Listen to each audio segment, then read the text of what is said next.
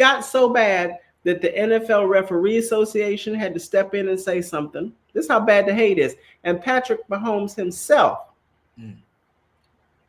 here it goes. Says Patrick Mahomes just keeps winning. He's not at all bothered with people who are mad about it. Wow. This is how prevalent this hate is. That he had to put it. I think we got a quote from him as well. We're gonna put that up. This is Patrick Mahomes now.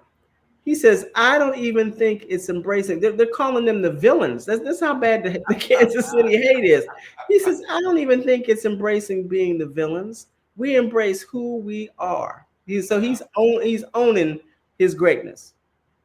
Mahomes just said this. He said, we believe we play the game the right way. We believe that we play with a lot of heart and a lot of passion for the game. And then we win football games. And if winning football games makes you a villain, makes you a bad guy, we're going to keep going out there and doing it. Wow. Wow. How disappointing is just asking you all tonight, how many of you started on a pathway, but because of haters, because of other villains, you stopped? Like in my situation, but we kept going by the grace of God. Well, there are too many businesses out there. So what? You started writing a book and then you stopped because, again, people started distracting you because they knew that you were working on projects. So they tried to distract you, man, and shut the noise down. That's what he did. The problem is when greatness is upon your life, you cannot have a Jesus had a bunch of disciples around him. But you know what? At the end of the day, there were only 3 that hung out with him. 3. That was his inner circle. And you got to always be careful of your inner circle. That's what he's trying to tell us. I mean, and listen, every time we watch Kansas City, if the game is close, I'm sorry, they're going to win. Patrick Mahomes just has ability. And I mean, he's not the greatest athlete. He's not the fastest quarterback. He just does things the way that he knows how to do them to win, and therefore he wins. What's wild is people hating on winners ain't new. People hating on winners ain't new because 1 Samuel 18, verses 6 through 8 is a story of King Saul and David. Wow. So people hating on winners ain't new. If y'all don't know the story, let Pastor Ralph and I'll tell you the story. You go. You start. Well, here it is. And it came to pass that when David was returned from the Philistine, that the women came out, the cheerleaders came out. The cheerleaders came out and they began saying, rah, rah, ree, kick him in the knee. Rah, rah, raz, kick him in the other knee. And so they met King David and King Saul and David, and they were partying. So because again, they were having a great parade. Here's a great parade. And the women started cheering and they started saying that once again, Saul has slain his thousands, but David is 10,000. Now you pick up from right there, because what happened after that? What happened after that is what we're experiencing right now with the Chiefs. King Saul started hating on David. David wasn't even the king. Saul was the king. What you hating on him for? He just helped y'all win a battle, but you hating because he won the battle. How stupid is that? You wanted a man to step forward and win the battle for you. Somebody does that, and then you hate. So people hating on winners ain't new. Ain't nothing new under the sun. And so here it is. He's hoisting up the MVP trophy, and you just sitting there hating. But listen, he went out there and played. All you did was coached.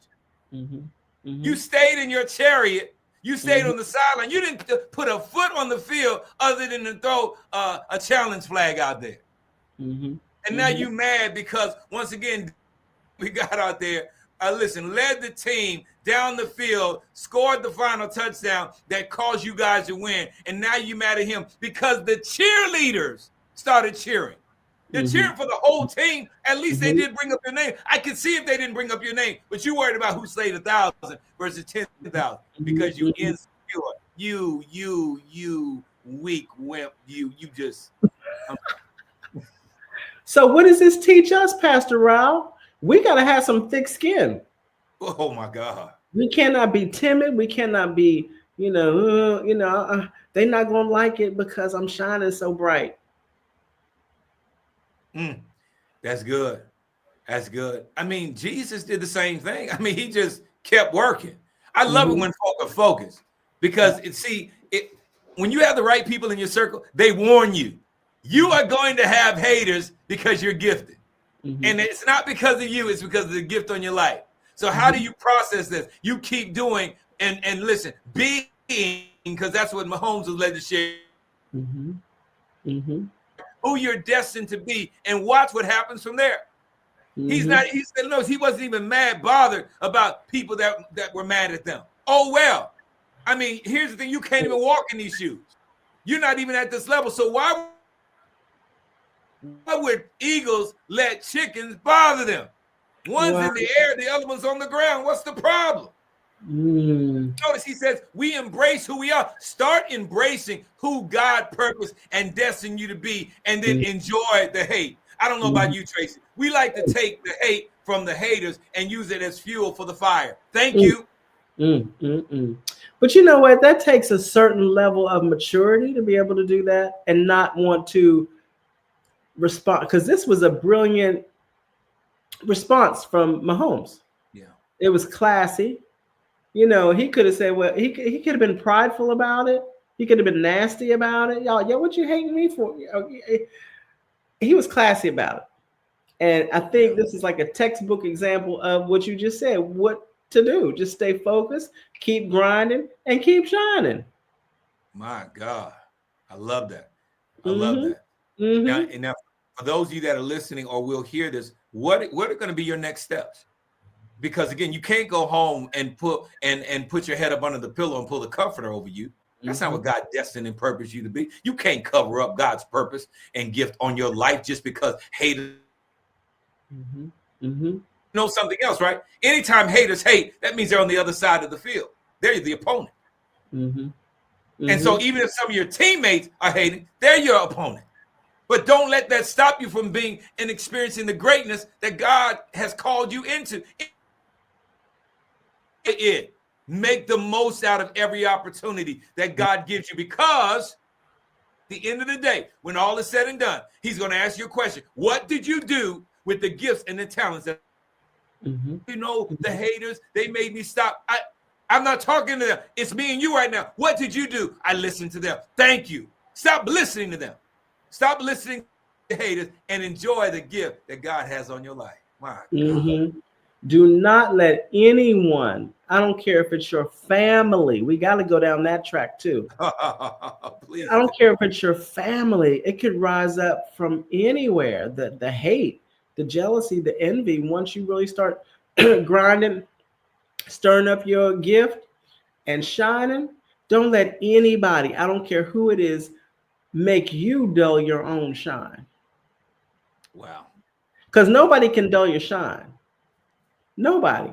I went to, check this out. Oh my God, I hope she's on here. I'm going to be in a wedding this May.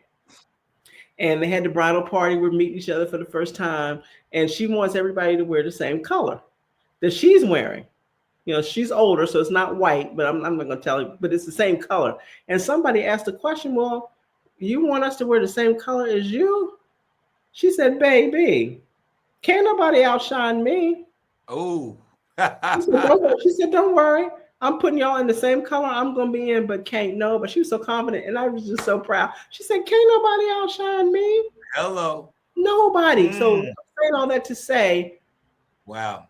Other people cannot dull our shine, but other people's comments, hate, whatever, can make you dull your own shine. My God, my God.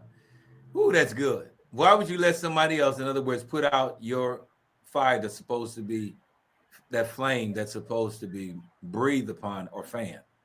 So all of a sudden now I'm believing what they say. Mm-hmm. Mm-hmm. Jesus put it like this in John 15, verse 18. If the world hate you, you know what? It hated me before it hated you. Right. If you were of the world, that the world gives us, Tracy, you know it's hate. Look at it. They say they love them. First you love me, then you hate me. That's a game. Okay, For we're gonna leave fools. For fools. it. Hello. And we don't have time to be hanging around fools, because a fool in again in Psalm 15, 14 and 1 and 53 and 1, you know what it says? The fool says in their heart there is no God. So we don't have time for folk like that. But Jesus was saying, if you were of the world would love his own. But because you're not of the world, but I have chosen you out of the world, therefore the world hates you. That's where the hate's coming from. It's coming from the hater himself, Satan. And guess what? If Jesus Christ was shining bright, had haters, guess what? We're going to have haters, because John 13:16 says, no servant is greater than his master. Come on now. John 13:16 says, no messenger is greater than the one who sent him. My God. So we got to embrace, that's what Patrick Mahomes said. We embrace who we are. Yeah, that's good. We are embracing the fact that we bad, and we getting ready to break history. We are embracing the fact that we are champions. We're embracing the fact that we got gifts and talents that we're stirring up in practice, and which has brought us here. We are embracing. So embrace all of who you are. One of my favorite words is the word totality. I love saying that word. Embrace the totality of who you are in Christ. Embrace it. Do not let anybody dull your shine. Please, please. I know it's tempting. It's like, my sister gonna hate me because I got this award, or I won this contest, or but that embrace all of who God made you to be. Glory to you. And look, thank you, Rev Yo, because she was talking about Nehemiah. Nehemiah had an assignment: build the wall. Build the wall. And he had haters in the camp, outside. Sanballat, oh my God, Geshem, the Arabian, all these cats coming up against him. Tobiah, and he said, and the rest of my enemies heard. Left there. Then Sanballat, Geshem, sent unto me, said, come, let us meet together in some one of the villages in the plain of, oh no. That's why he said he couldn't do it. He's like, oh no, I'm not gonna meet you. Oh, no. But here's what he discerned. But they thought to do me mischief. He already knew. So I sent messages unto them saying, look, I'm doing a great work so that I cannot come down. So notice, why come down to their letter? Why stoop to that level with them? They're not doing that. That's what professionals do. That's what great folk do. They don't spend time in the muck and the mud. Why hang out with pigs in slop when you don't have to? Leave that one right there. Go ahead, daughter. Lord have mercy. I'm just excited, and I hope that this message has set some folks free to be you. I mean, the world needs your gift. Yeah. Oh, that's beautiful. The world needs what you have to say. The world needs your gift. The world needs you, or you wouldn't be here. Oh my God. You are enough. Wow. The world needs you. So pick yourself up if you're down, dust yourself off if you're dusty, and embrace the totality of who God made you to be. Just shine. What did Rihanna say? Shine bright like a diamond. Shine bright like a diamond.